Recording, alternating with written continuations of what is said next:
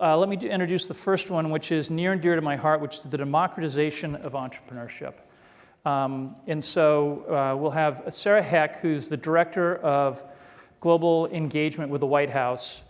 She's run the Global Entrepreneurial Summit. She oversees the President's Global Leadership Initiatives, clearly an underachiever here at the end of the day. Aaron North, who is Vice President of Education at the Kauffman Foundation, the definitive foundation focused on entrepreneurship and new ways to think about things. And Julie Hanna, who is Presidential Ambassador for Global Enterprise, a serial entrepreneur, and Chairwoman of Kiva. So with that, I'd like to invite them up. Thank you. Thanks so much. I think we got to get this crowd pumped up. Who's excited to be here and talk about entrepreneurship? Well, I am thrilled to be here with two people who have been partners with us at the White House in a bunch of work that we've done with President Obama over the past 8 years, democratizing entrepreneurship, making sure that no matter who you are, where you live, or what you look like, you can be an entrepreneur, and opportunities are available to you to find solutions in the communities where you live. And Kauffman and Aaron and his team have been incredible partners on this, both at a local level and a global level. So I want to especially thank Kauffman for their work. And Julie Hanna, who has been by our side, I think, every step of the way as a presidential ambassador for global entrepreneurship for President Obama, who has traveled with me to many far-flung countries like Kenya and Cuba, sort of preaching the gospel of entrepreneurship. But these two are titans in this field, and not only in entrepreneurship for prosperity and security in communities, but also to innovate. And so I'm thrilled about this panel. I'm thrilled to have you all here. I feel like this is Silicon Valley where innovation and entrepreneurship lives, and it's a room full of people who are thinking about how they can make impact. And so I hope that we can continue to collaborate, not just amongst ourselves, but with everybody in this room. So I thought I'd start by asking you all, how do you define entrepreneurship? This is something in the US government where, admittedly, we're not very entrepreneurial ourselves, often have a difficult time defining what it is. And I think it's a little bit different for everybody, but you guys have been in the trenches. What do you think? I'm glad to share. I think part of entrepreneurship is identifying a challenge or a problem or a gap, and then stepping into that challenge or problem or gap to close the gap or solve the problem. And so, there's a few different ways that can happen. But when we look back at our founder, who essentially, applied that in a very practical way to pharmaceutical industry, or to the myriad ways that we've heard about in this, conference alone, it's really about how you identify what that challenge or gap or problem is, and then step in to address it. One of the things that we've been asking ourselves a lot, though, is in that entrepreneurial space, if that's really what it is, who owns the identification of that problem or challenge or gap? Who has the agency in that space? And where does that intersect with the solution? So that's something that we've been thinking about a lot when we look at what we define, I guess, as entrepreneurship. Great. Julie, you've done it all. You've done the tech thing. You're helping people around the world. How do you define it? Well, I think at its essence, entrepreneurship is fundamentally about the relentless pursuit of a better way, and born out of a dream for a future you want to live in. And so, to me, it begins with dreams. Usually, it's born out of a deeply held value, a personal pain and injustice that we've witnessed, something that tells us we want to change the status quo.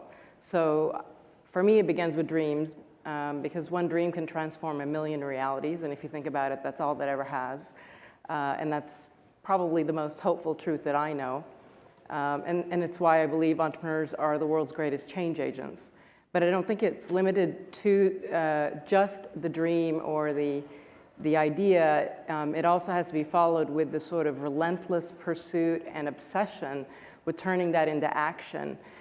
Sometimes here in Silicon Valley, we say that if sort of just having the idea about something without the ability to act on it is just another word for whining. So So that obsession with actually turning it into action is really vital.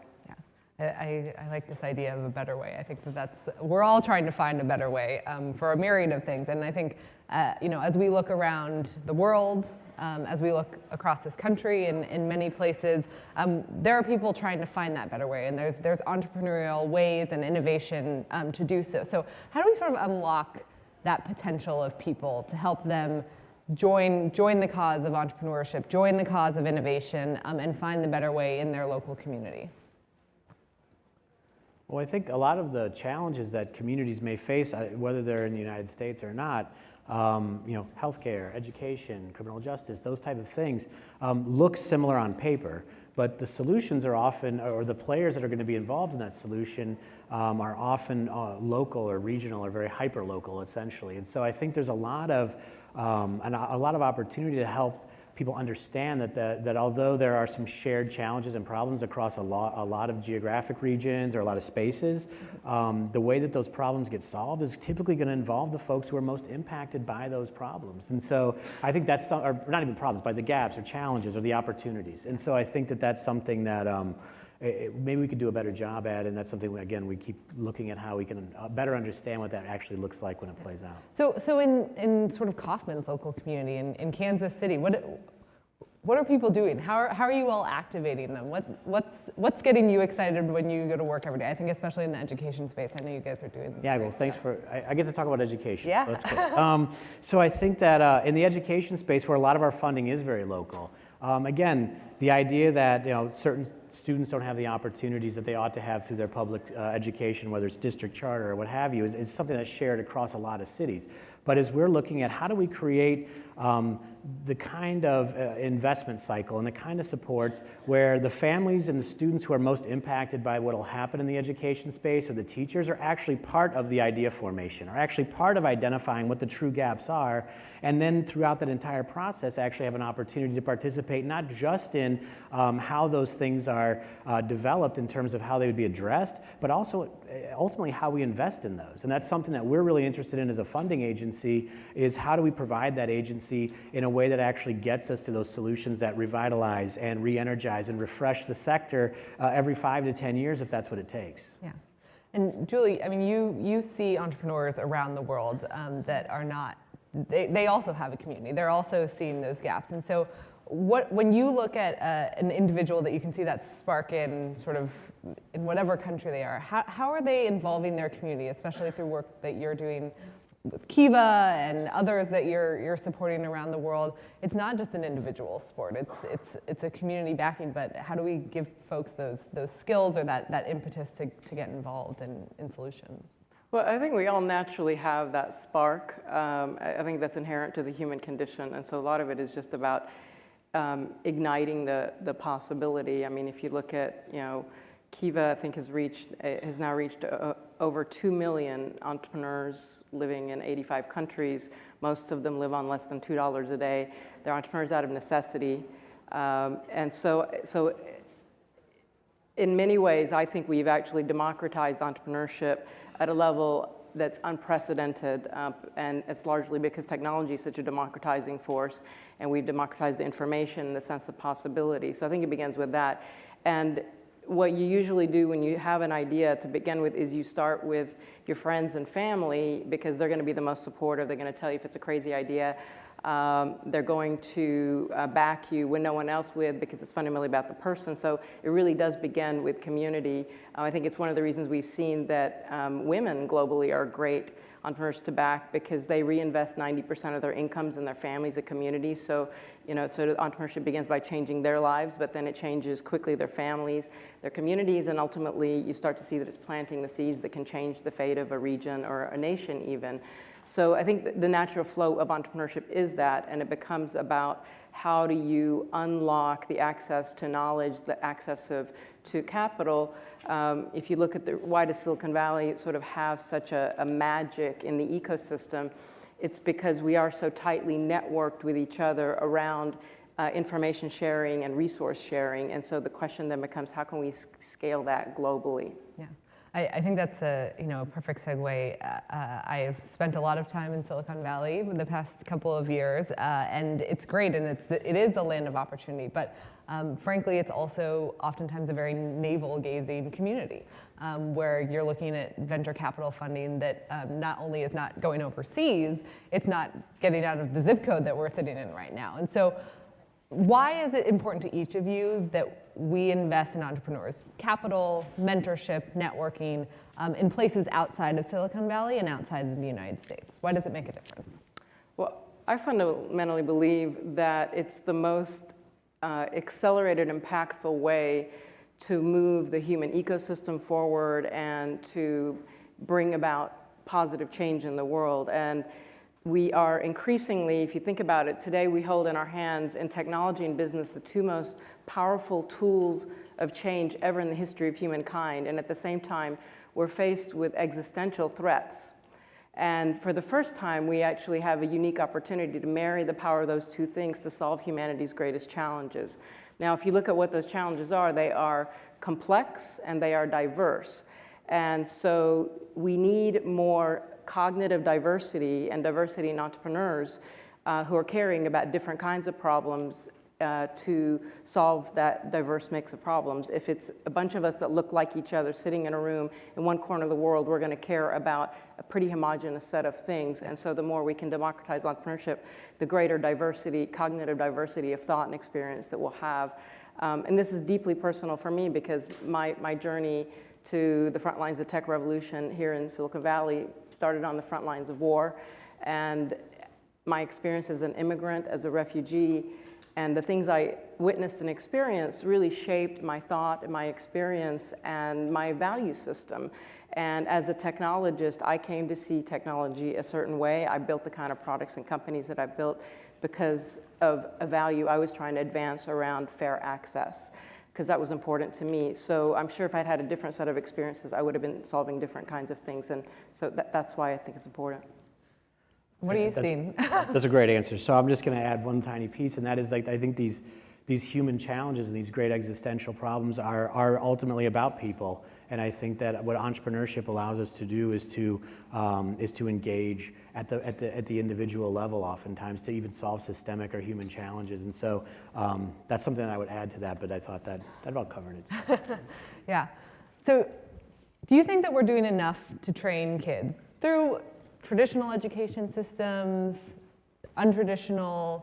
Are we doing enough to make sure that American kids think about becoming an entrepreneur, that kids overseas are thinking about becoming an entrepreneur, that women are thinking about becoming entrepreneurs, that minority communities in this country and abroad are thinking about becoming entrepreneurs? What more can we be doing to incentivize this path for people? Frankly, a very risky path, a path that is very much part of the culture here, I think, again, in this zip code, but very much not a part of the culture in many other parts of this country and the world. And so what do you think about when you think about how we can train people, excite people about entrepreneurship? I think if you leverage people who are already in the space a little bit, but then seek for ways to create those intersections, and I'm saying it again, like the communities or the people who are most impacted by the work, actually being a part of that work.